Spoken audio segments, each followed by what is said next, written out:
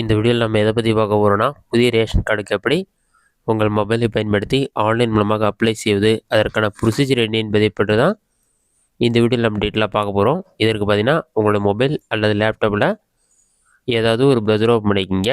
அதில் கூகுள் சர்ச்சில் போயிட்டு டிஎன்பிடிஎஸ்ன்னு சொல்லி டைப் பண்ணுங்க. அந்த மாதிரி நீங்கள் டைப் பண்ணி வைக்க கொடுங்க.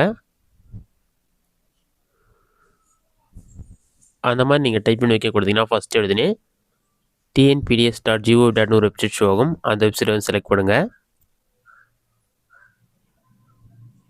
அந்த வெப்சைட் நீங்கள் செலக்ட் பண்ண ஒரு 5 செகண்ட்ஸ் லோட் ஆகும். லோட் ஆகி கம்ப்ளீட் ஆன பிறகு பொது விநியோக திட்ட அறிக்கைகள் சொல்லி கொடுத்துருப்பாங்க. பாட்டமில் ஸ்க்ரோல் பண்ணுங்கள். இதிலே நிறைய ஆப்ஷன் இருக்கும். இதிலே பார்த்தீங்கன்னா மின்னணு அட்டை சேவைகள் ஒரு ஆப்ஷன் இருக்கும். அதில் ஃபஸ்ட்டு எழுதுனே புதிய மின்னணு அட்டை விண்ணப்பிக்கன்னு ஒரு ஆப்ஷன் கொடுத்துருப்பாங்க. அந்த ஆப்ஷன் வந்து நீங்கள் செலக்ட் பண்ணுங்கள். அதை செலக்ட் பண்ணிங்கன்னா ஒரு 5 செகண்ட்ஸ் லோட் ஆகும். லோட் ஆகி கம்ப்ளீட் ஆன பிறகு நெக்ஸ்ட் பேஜில் ஃபார்ம் ஓப்பன் ஆகிடும். அப்ளிகேஷன் ஃபார்ம் நீங்கள் ஃபில் பண்ணுற மாதிரி தான் ஒவ்வொரு டீட்டெயிலாக ஃபில் பண்ணோம். First name of head of ஃபேமிலின்னு சொல்லி கேட்டிருப்பாங்க. ஃபேமிலி ஹெட்டோடைய நேம் வந்து ஃபஸ்ட் நீங்கள் இங்கிலீஷில் என்டர் பண்ணுங்கள். Next family head father name அல்லது அவங்களோட ஹஸ்பண்ட் நேம் என்டர் பண்ணுங்கள்.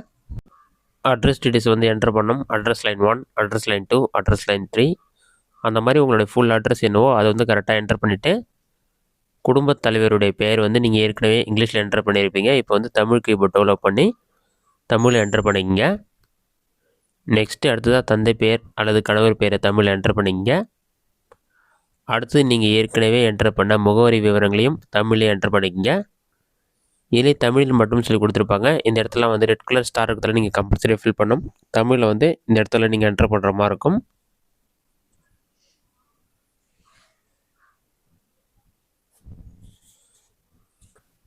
நெக்ஸ்ட்டு குடும்பத் தலைவருடைய புகைப்படம் கேட்டிருப்பாங்க. அதை வந்து அப்லோட் பண்ணுற மாதிரி இருக்கும். நீங்கள் அப்லோட் பண்ணுற ஃபோட்டோ வந்து 5 MBக்குள்ளே தான் இருக்கணும். ஜேபிஜி பிஎன்ஜி ஃபார்மெட்டில் தான் இருக்கணும்னு சொல்லியிருப்பாங்க. பதிவேற்றம் ஆப்ஷனை கிளிக் பண்ணி மீடியா பிக்கர் கிளிக் பண்ணிங்கன்னா ஃபைல் மேனேஜர் ஓப்பன் ஆகும். அதில் போய்ட்டு ஃபோட்டோ என்ன ஃபோட்டோ நீங்கள் செலக்ட் பண்ண நினைக்கிறீங்களோ அந்த ஃபோட்டோ வந்து செலக்ட் பண்ணிவிடுங்க. அதை செலக்ட் பண்ண பிறகு ஆட்டோமேட்டிக்காக ஃபோட்டோ அப்லோட் ஆன பிறகு இந்த மாதிரி தான் ஷோ ஆகும். அடுத்ததாக வந்து உங்களுடைய மாவட்டம் என்னவோ அதை செலக்ட் பண்ணுங்கள். நெக்ஸ்ட்டு உங்களுடைய வட்டம் செலக்ட் பண்ண பிறகு உங்களுடைய கிராமம் எதுவோ அதை செலக்ட் பண்ணுங்கள். நெக்ஸ்ட்டு உங்களுடைய pincode number, mobile number red colour ஸ்டாருக்கு தான் கம்பல்சரி ஃபில் பண்ணணும். இமெயில் ஐடி தேவைப்பட்டால் என்டர் பண்ணலாம், இல்லைனா என்டர் பண்ண தேவையில்லை. நெக்ஸ்ட்டு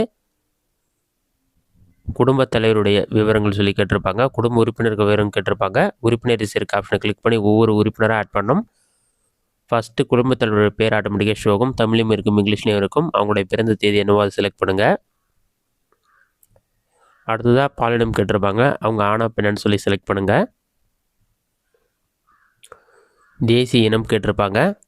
இந்தியன் செலக்ட் பண்ணிவிட்டு உறவுமுறை அவங்களுக்குமான உறவுமுறை. அடுத்து நீங்கள் என்ன வேலை செய்கிறீங்கன்னு செலக்ட் பண்ணுற மாதிரி இருக்கும். கவர்மெண்ட் ஜாபா, ப்ரைவேட் ஜாபா, பப்ளிக்காக எதுவாக செலக்ட் பண்ணிக்கங்க. அதை நீங்கள் செலக்ட் பண்ண பிறகு உங்களுடைய மாத வருமானம் என்னவோ அதை நீங்கள் என்டர் பண்ணிக்கங்க. மாத வருமானம் என்டர் பண்ண பிறகு உங்களுடைய வாக்காளர் அட்டை எண் இருந்தால் வாக்காளர் அட்டை எண் என்டர் பண்ணிங்க. நீங்கள் மாற்றுத்திறனாளி இருந்தால் ஆம் ஆப்ஷனை கிளிக் பண்ணி மாற்றுத்திறனாளிக்கான வகை செலக்ட் பண்ணிவிட்டு அதற்கான சர்டிஃபிகேட் அப்லோட் பண்ணுற மாதிரி இருக்கும். மாற்றுத்திறனாளி இல்லைன்ற ஆப்ஷன் செலக்ட் பண்ணி தான் இருக்கும். நீங்கள் அதை எதுவும் ஒரு சேஞ்ச் பண்ண தேவையில்ல. அந்த டீட்டெயில்ஸில் நீங்கள் ஃபில் பண்ண பிறகு அடுத்ததாக மற்ற ஆவணங்கள் சொல்லிவிட்டு ஆதார் கார்டு அப்லோட் பண்ணணும். 5 வயதிற்கு மேல் இருப்பவர்கள் உறுப்பினர்கள் எல்லாமே கண்டிப்பாக வந்து ஆதார் கார்டு அப்லோட் பண்ண சொல்லியிருப்பாங்க. ஆதார் கார்டை செலக்ட் பண்ணிவிட்டு உங்களோட ஆதார் கார்டு அப்லோட் பண்ணுங்கள். நெக்ஸ்ட் ஆதார் கார்டு நம்பரை என்டர் பண்ணுங்கள். அதுக்கே பார்த்தீங்கன்னா தயவுசெய்து 5 வயதிற்கு மேற்பட்டவர்களுக்கு ஆதார் எண்ணை கண்டிப்பாக உள்ளுடன் சொல்லி மென்ஷன் பண்ணிருக்காங்க.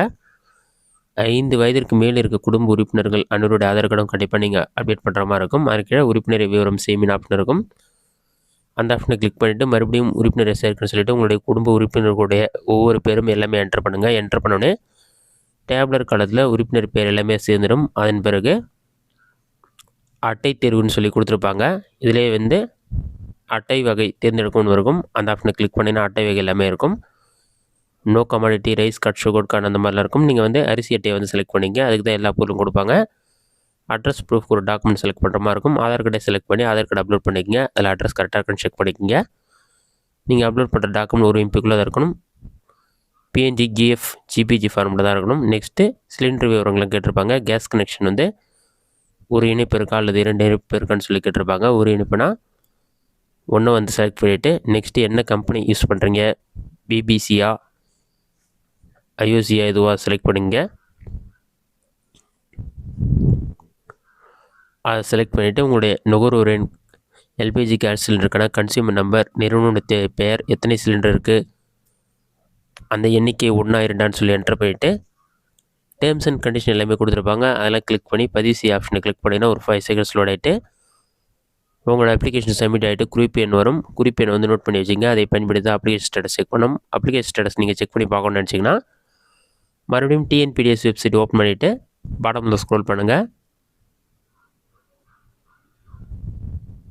இதிலே பார்த்தீங்கன்னா மின்னணு அட்டை விண்ணப்பத்தின் நிலைன்னு ஒரு ஆப்ஷன் இருக்கும். அந்த ஆப்ஷன் வந்து கிளிக் பண்ணுங்கள். அதை நீங்கள் கிளிக் பண்ணினா ஒரு 5 செகண்ட்ஸ்லேயே லோட் ஆகிட்டு குறிப்பெண் சொல்லி கொடுத்துருப்பாங்க. அதில் நீங்கள் நோட் பண்ணி வச்சுருக்க குறிப்பெண் என்டர் பண்ணி பதிவு செய்ய ஆப்ஷனை கிளிக் பண்ணி உங்களோட அப்ளிகேஷன் ஸ்டேட்டஸ் ஷோ ஆகும். இந்த மெத்தடை பயன்படுத்தி புதிய ரேஷன் கார்டுக்கு ஆன்லைன் மூலமாக அப்ளை பண்ணி ஸ்டேட்டஸ் செக் பண்ணிக்கலாம். இந்த வீடியோ உங்களுக்கு ஸ்டாக் பண்ணிக்கிறேன். இந்த வீடியோ பிடிச்சிருந்தா லைக் பண்ணுங்கள். வேறு டவுட் இருந்தால் கமெண்ட் பாக்ஸில் கமெண்ட் பண்ணுங்கள்.